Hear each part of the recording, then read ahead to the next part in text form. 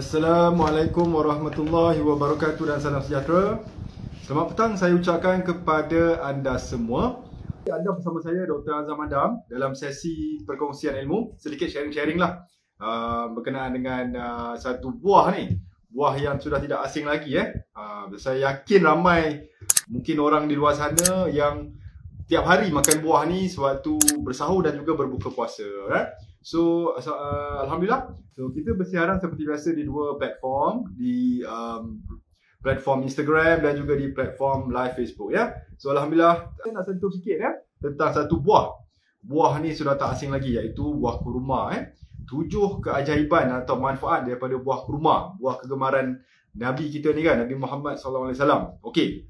So, sebenarnya kalau kita nak cerita pasal buah kurma ni kan, mungkin ramai yang sudah tahulah kan, buah yang sinonim tak asing lagi dengan negara Arab Saudi, di Arab memang betul pun, sebab sejarah daripada kurma ni atau nama saintifik dia Phoenix dactyliferus. Ini dia punya nama saintifik lah. Dia memang dapat tumbuh dengan subur di negara-negara yang beriklim panas saja, seperti di Arab Saudi, di Afrika.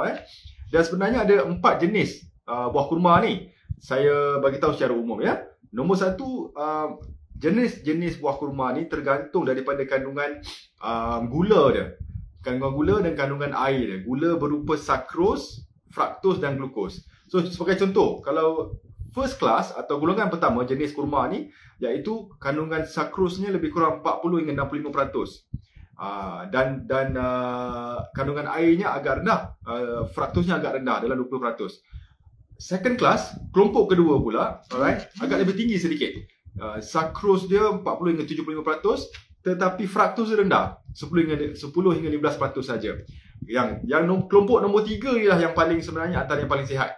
Sebab kandungan fructose dengan sucrose gulanya rendah, tetapi dan juga kandungan airnya tinggi. Jadi bila air tinggi, gula pun stabil, jadi ianya tidak akan memberikan efek peningkatan gula darah yang terlalu mendadak, spike So kalau nak ikut jenis kan banyak, Medjool lah, ada Ajwa lah kan.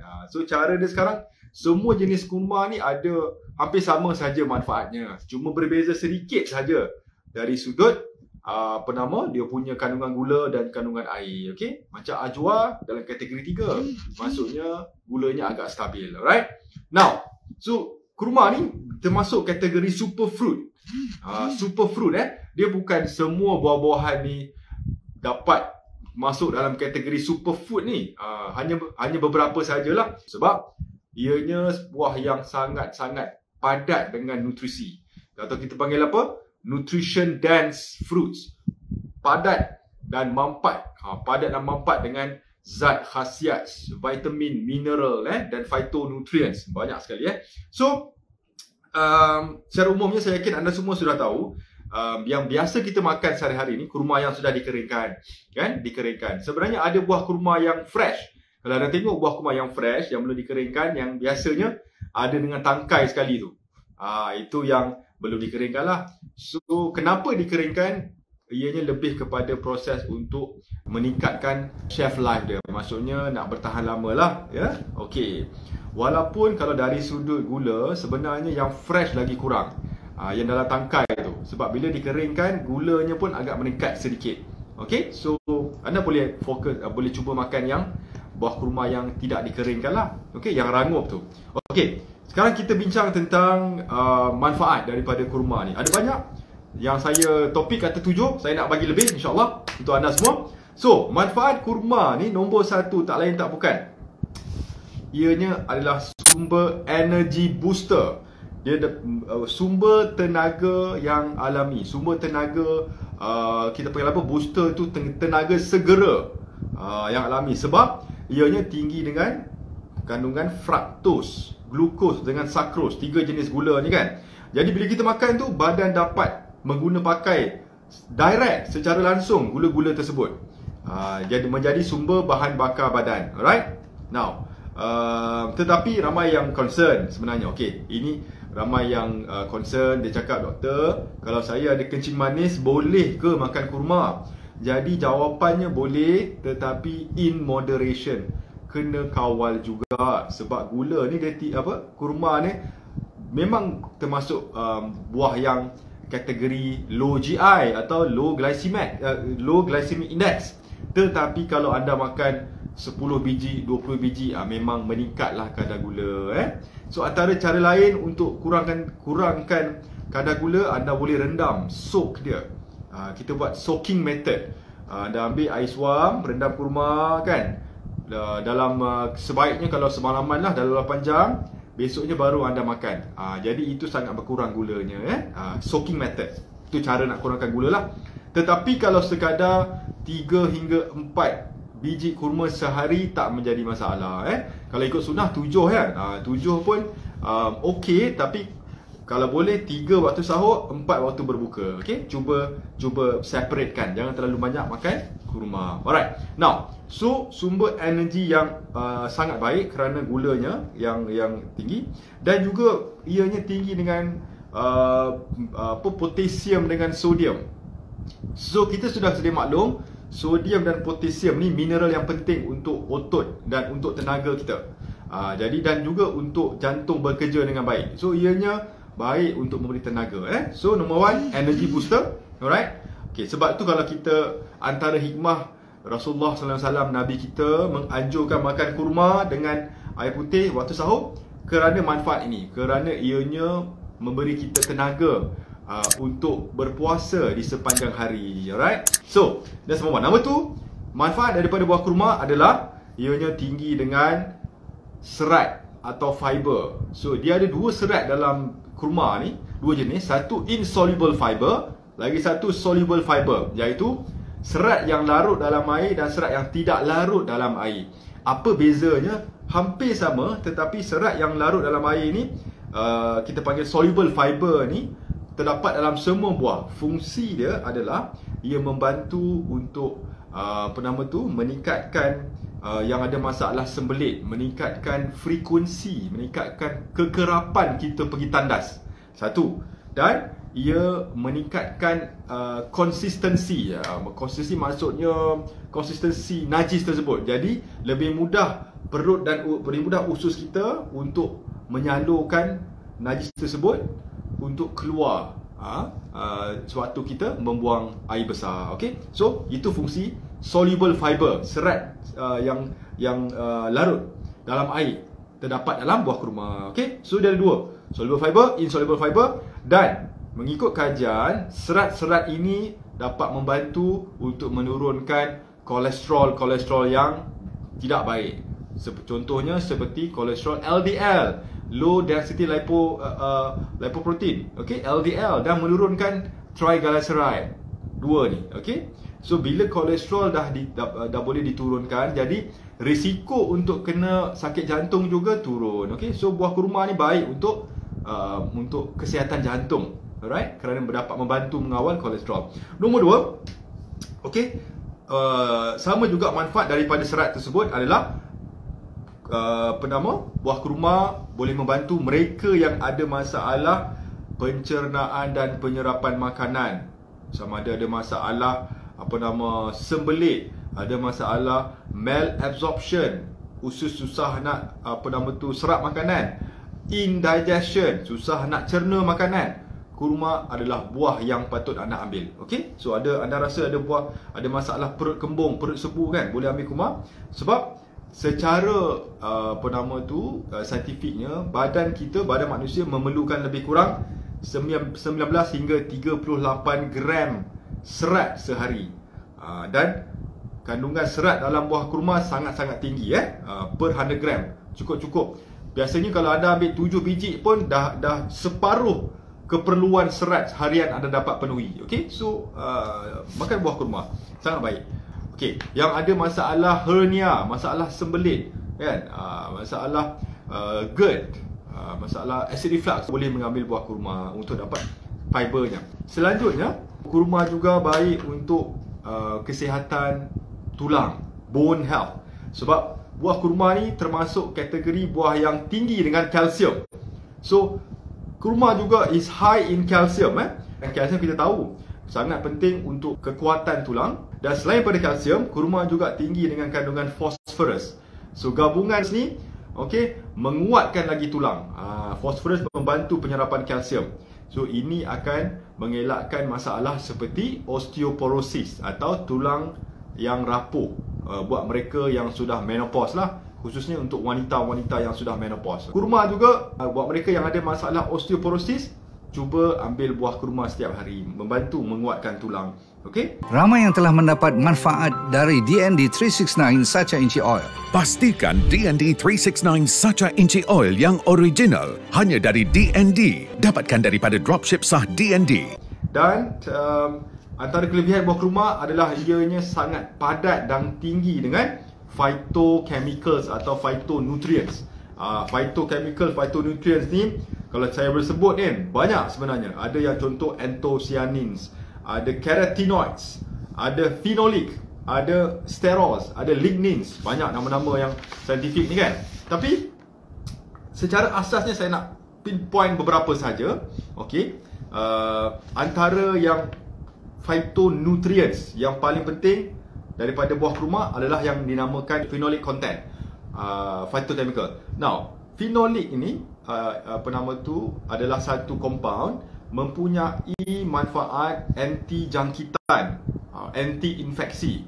Dia boleh ada manfaat anti fungus, lawan jangkitan kulat, anti bakteria, lawan bakteria, anti virus, boleh melawan jangkitan virus. So phenolic ini yang terdapat dalam buah kurma memberi kelebihan tersebut. So kalau anda jenis yang sering dapat jangkitan, contoh jangkitan paru-paru ke, jangkitan saluran kencing, UTI, anda boleh ambil buah kurma kerana compound phenolic ini membantu meningkatkan imun, melawan jangkitan kuman. Dan phenolic ni juga ianya mengikut kajian membantu untuk menstabilkan proses autoimun atau mereka yang ada masalah alergik, kerana dia ada manfaat anti-allergic. So kalau anda di luar sana yang sedang menonton ada masalah psoriasis, ada eczema, kulit kering, ada sinusitis, resdung kan, ada allergic rhinitis, resdung semua autoimun, ada rheumatoid arthritis kan, semua autoimun, anda boleh ambil buah kurma sebenarnya. Sebab buah kurma ni dia ada compound phenolic ini yang boleh menstabilkan proses autoimun. Okey? Cuma kalau ambil, janganlah ambil 10 hingga 20 biji sehari ya. Berpada-padalah. Alright? Dan ada satu compound nama dia tannins. Tannins ni salah satu compound phytonutrients yang terdapat dalam buah kurma yang dikatakan mempunyai manfaat apa? Okey? Anti-infection dan anti-hemorrhagic. Maksudnya dia boleh membantu mereka yang ada masalah bleeding disorder, masalah perdarahan. Contoh kalau anda di luar sana gusi sedang berdarah kan, tiba-tiba bergigi je gusi berdarah, bergigi je gusi berdarah ya. Kemungkinan anda kekurangan vitamin C boleh jadi juga ya, dan kekurangan iron. Tannins dalam buah kurma boleh bantu. So anda cuba lebihkan, ambil buah kurma kalau ada masalah-masalah, anda senang untuk berdarah, ada isu perdarahan. Okey. Now, buah kurma juga kebetulan tinggi dengan compound selenium. Selenium So bila kita cakap tentang selenium ni, ianya salah satu compound zat khasiatnya untuk melawan kanser, selenium. Jadi buah kurma juga ada manfaat anti-kansernya yang tersendiri, okey, daripada selenium. Kerana majority pesakit-pesakit kanser kalau kita cek darah, majority of them mesti deficiency in selenium. Okay? So buah kurma tinggi dengan selenium boleh membantu untuk mereka yang ada masalah kanser. Alright. Now, apa lagi yang kita boleh manfaat daripada buah kurma ini adalah sifatnya daripada anti-kanser tersebut, ia membantu untuk menghalang atau mempertahankan DNA kita daripada kerosakan yang disebabkan oleh radikal bebas. Okey, so dia halang kerosakan DNA sekaligus memberi pertahanan kepada badan daripada sel menjadi sel kanser.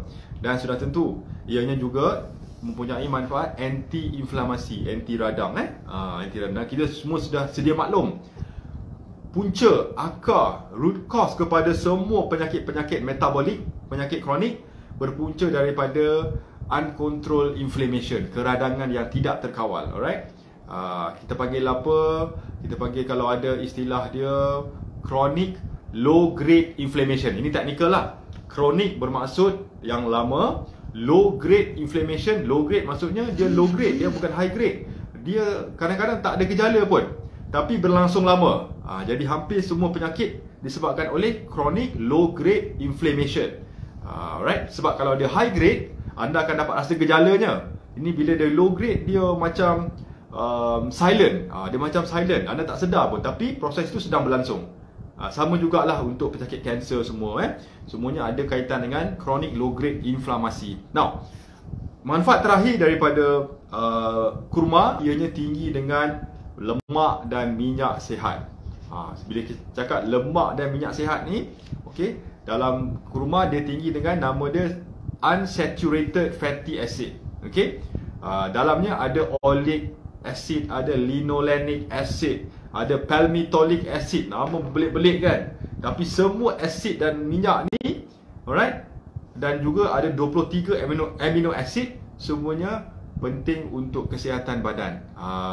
Kita panggil amino acid ni building blocks kepada protein. Badan kita memerlukan protein, alright, dan untuk perkembangan saraf, untuk kekuatan otot, untuk perjalanan aliran darah, semua kan, untuk fungsi sel, semua memerlukan amino acid. So dalam kurma tinggi dengan lemak dan minyak-minyak oil, healthy oil tersebut. Okey, so dan semua minyak ni adalah sifatnya anti radang, anti inflamasi. Okey, dan antara lain dalam buah kurma juga dia tinggi dengan potassium, magnesium, copper, kan. Dan saya nak highlight juga dua ni. Kita highlight potassium dengan sodium ni, dua mineral ni sangat penting untuk regulasi tekanan darah, blood pressure. So yang bagus tentang buah kurma ni, dia punya ratio, dia punya perbandingan antara potassium dan sodiumnya agak seimbang. Potassium lebih tinggi berbanding sodium. Jadi bila ini berlaku, potassium lebih tinggi daripada sodium, jadi tekanan darah anda akan lebih mudah untuk dikawal. So dalam ambil kurma ni, BP anda insya-Allah akan dapat dibantu untuk stabil dengan buah kurma. Dan sudah tentu ianya potassium dan sodium juga penting untuk fungsi jantung. Okey. Nah, tetapi dia, alright, buat mereka yang ada masalah seperti buah pinggang, mungkin dah buah pinggang CKD stage 1, 2, 3 kan, 4, 5, stage 1, 2 dan 3 tak menjadi masalah. Anda nak ambil 7 biji sehari pun okey, kurma ajwa tu. Tapi kalau yang dah stage 4 dan stage 5, okey, perlu berhati-hati sedikit, kerana buah kurma termasuk juga dalam makanan-makanan yang tinggi dengan potasium. Jadi kita semua sudah sedia maklum, jika buah pinggang sudah stage 4, stage 5, fungsinya mungkin di bawah 15%. Kita nak berikan, kita nak cuba kalau boleh kurangkan beban kerja buah pinggang. Jadi kita kena kurangkanlah makanan yang tinggi potasium, kurangkan makanan tinggi sodium, kena kurangkan makanan tinggi protein, especially protein haiwan, kena kurangkan makanan tinggi fosforus. 4 ni kan. So anda mungkin boleh ambil, tapi mungkin sebiji saja sehari untuk mereka yang ada masalah buah pinggang. Okey. Other than that, kalau yang perlu anda perhatikan, okey, untuk pesakit kencing manis, alright. Okey. So perlu berhati-hati juga, kerana kalau anda makan 10-20 biji, gula akan naik. Sebab dalam kurma ada yang saya sebut tadilah, gabungan fructose, glukos dan juga sucrose. Dia dikatakan moderate lah kandungannya. Tergantung jenis, ada 4 jenis. So kena kawal paling banyak 7 biji, mungkin 3 biji sewaktu sahur, 3 biji sewaktu berbuka. Okey, lebih kurang lebih baik sebenarnya. Dan cuba rendam dan sup dulu kurma anda beberapa jam sebelum makan, untuk menurunkan lagi kadar gula daripada kurma tersebut. Okey. Apapun saya buat mereka yang sedang mengamalkan kurma boleh teruskan, kerana ini adalah salah satu buah kegemaran Nabi mulia kita, Nabi Muhammad SAW. Jadi dan banyak manfaatnya, dan cuma anda perlu cakna sedikit, perlu alert sebab tu mengambil kurma. Dan saya lupa, kurma ni juga anda boleh buat sebagai pengganti kepada gula. Gula sintetik kan, gula putih, gula kasar tu kan. Apa kata anda gantikan gula-gula tersebut dengan kurma sebagai pemanis, pemanis alami kan. Kurma pun boleh jadi pemanis actually, natural sweetener. Okey, caranya anda rendam semalaman dan air, anda rendam dengan air panas. Air rebusan kurma tersebutlah anda guna pakai sebagai air gula. Boleh, tak menjadi masalah kalau nak buat kuih ke apa di rumah, pengganti kepada gula sintetik. Alright. So, alhamdulillah, saya akhiri sesi petang ni dengan ucapan bismillahirrahmanirrahim. Terima kasih banyak semua dan insya-Allah saya doakan anda sentiasa dalam lindungan dan keberkatan Allah SWT di bulan puasa dan sentiasa dalam keadaan sihat walafiat, diberi kekuatan dan kesihatan yang baik. Jumpa lagi di waktu yang lain. Assalamualaikum warahmatullahi wabarakatuh. Terima kasih ya.